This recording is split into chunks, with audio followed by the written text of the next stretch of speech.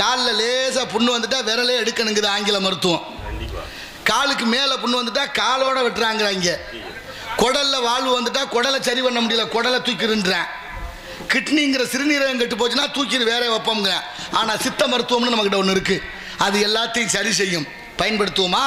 அவசரகதியாக மாறுறோமா? எப்படி நம்ம தவறு செய்கிற எல்லாரும் ஒரு காரணத்தை சொல்கிறோம்.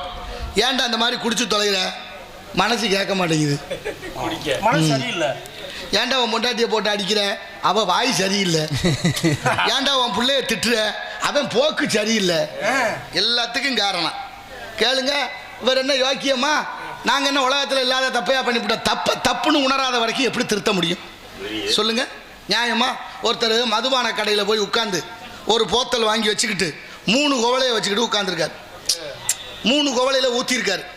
அந்த பரிமாறுறவர் கேட்டாரா, என்னையா நீ ஒரு ஆள் தான் இருக்க, எதுக்கே 3 குவளை வச்சு ஊத்துறியா என்னையான்னு கேட்டாங்க. ஏன் என்ன? இல்லைப்பா, நாங்கள் 3 பேர் மொத்தமாக குடிக்கிறது. இன்னைக்கு 3 பேரும் ஆளுக்கு ஒரு பகுதியில் இருக்கோம். எங்கள் அண்ணன் மூத்தவர் பரமக்குடியில் இருக்காரு, எங்கள் அண்ணன் சின்ன ஆளு நான் தூத்துக்குடியில் இருக்காரு, நான் காரைக்குடியில் இருக்கேன். நாங்கள் 3 பேரும் ஒன்றாவே குடிச்சு பழக்கப்பட்டோம். அதனால் 3 குவளையை வச்சு 3 பேரும் ஞாபகமாக நானும் குடிப்பேன், அவங்களும் குடிப்பாங்க. என்னடா புதிய கதையா இருக்கு?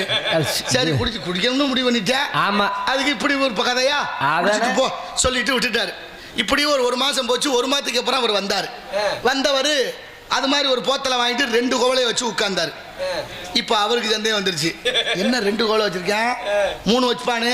அப்போ ஒருத்தன் யாரோ போயிட்டான், மண்டியே போட்டான் போல இருக்கு அப்படின்னு யோசிச்சுக்கிட்டு, என்னன்னு உங்க அண்ணன் எதுவும் இறந்துட்டாரா? ஆழ்ந்த இரங்கல்னு. என்ன எதுக்கியா சொல்ற? இல்லைன்னே 3 குவளை வைப்பீங்கள, 2 குவளை வச்சுக்கல, 1 குவளை இல்லையேன்னாரு. ஆமாம், இல்லை நான் தான் இப்போ 1 மாதமா குடிக்கிறத நிறுத்திட்டேன். குடிக்கிறத நிறுத்திட்டியா? ஆமா. அப்புறம் அதுக்கு 2 குவளை? நான் குடிக்கிறத நிறுத்திட்டேன், எங்க அண்ணன் 2 பேர் இருக்கா இல்ல, அவங்க 2 பேரும் ஞாபகார்த்தமா குடிச்சுக்கிட்டு இருக்கேன் நானா. விளங்குமா? இப்படி ஆளுகளை எப்படி நம்ம திருத்துறது, காரணம் சொல்றது, அதையே விட முடியல பிடிச்சுக்கிறது. நீங்க புகை பிடிக்கிறீங்கல்ல, இந்த பீடி சிகரெட்டு, நீங்க இன்னைக்கு விட்டுட்டீங்கனாலும் 8 வருஷம் ஆகுமா நுரையீரலில் இருக்கக்கூடிய அந்த புகை மாறுவதற்கு? அப்ப அந்த உடல் உறுப்புகள் எவ்வளவு விலை மதிப்பற்றது, இறைவன் எப்படி கொடுத்திருக்கிறான், அதை நம்ம பாதுகாக்கணுங்கிற சிந்தனையும் அறிவும் தெளிவும் படிச்சவனுக்கே இல்லைன்னா படிக்காதவனுக்கு எப்படி வரும்? அதான் சொல்லுங்க, முடியுமா? எங்க போய் சொல்றது? இந்த உலகம் போற போக்கென்ன எவ்வளவு வேகமாக இயந்திர வாழ்க்கையாக இருக்கிறது. அத்தனை உணவு நஞ்சா போச்சு, சாப்பிட்றது எல்லாம் நஞ்சா போச்சு. அரிசியா இல்லை நம்மகிட்ட. அரிசி உரல்ல போட்டு குத்தி சாப்பிட்டோம், அதை அரவை மில்லில் அரைச்சி சாப்பிட்டோம். அப்போலாம் இவ்வளவு வெள்ளையா வராது அரிசி, கொஞ்சம் தவிடு இருக்கும். அப்படி சாப்பிட்ட நோய் இல்லை. இன்னைக்கு என்ன பண்ணிட்டேன், ஆங்கிலத்தில் சிலிக்கி பாலிசின்னு ஒன்று கொண்டு வந்துட்டேன். சிலிக்கி பாலிஸ்னா என்ன? பல அரிசி சன்னமாக இருக்கணுமா, ரொம்ப மெலிதா. ஏன்னா நுழைய மாட்டேங்குது வாய்க்குள்ள.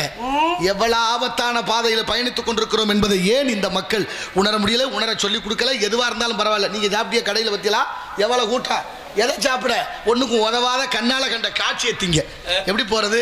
அறந்தாங்கள ஒருத்தர் நீங்க சாப்பிட்ட அந்த அதுக்கு பேர் என்ன, ரைஸா, சிக்கன் ரைஸ், அதே வாங்கி சாப்பிட்டு ஒருத்தருக்கு நாக்கில் வாதம் வந்துருச்சு தெரியுமா? ஸ்ட்ரோக், கை காலில் வரும் பார்த்துருப்பிய. ஆனால் நாக்கில் வாதம் வந்துச்சு. சாட்சி இந்த உட்காந்துருக்காரு.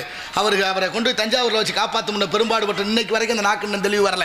காரணம், எப்போ என்ன நடக்கும்னு தெரியாத இந்த வாழ்க்கையில் ஏன் செய்கிறோம், எதுக்கு செய்கிறோம்னு செய்யாமல் எதை வேணாலும் செய்கிறதுனா என்ன சிந்தனை?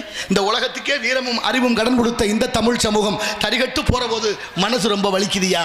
அதனால தான் இவ்வளவையும் சொல்ல வேண்டியிருக்கு. நம்மளோட பிள்ளைகளுக்கு நல்லதை சொல்லிக் கொடுக்கணும். நீங்கள் எந்த தவறுலையும் அந்த தப்புலேருந்து தண்டனையிலேருந்து தப்பவே முடியாது. பணம் இருக்கு, காசு இருக்கு, பதவி இருக்கு, நம்மகிட்ட அதிகாரம் இருக்குங்கிறதுக்காக நீ என்ன பண்ணலாம், தள்ளித்தான் போட முடியும், தப்பிக்க முடியாது. ஒரு நாள் அதற்கு பதில் சொல்லி ஆக வேண்டும். அதனாலதான் தன்னஞ்சரிவது பொய்யற்க பொய்த்தபின் தன்னஞ்சே தன்னை சுடும் என்று வள்ளுவர் பாடுகிறாரு. மனசாட்சி ஒரு கேள்வி கேட்கும், அந்த கேள்விக்கு இடம் வைக்காமல் நாமெல்லாம் வாழ வேண்டும்.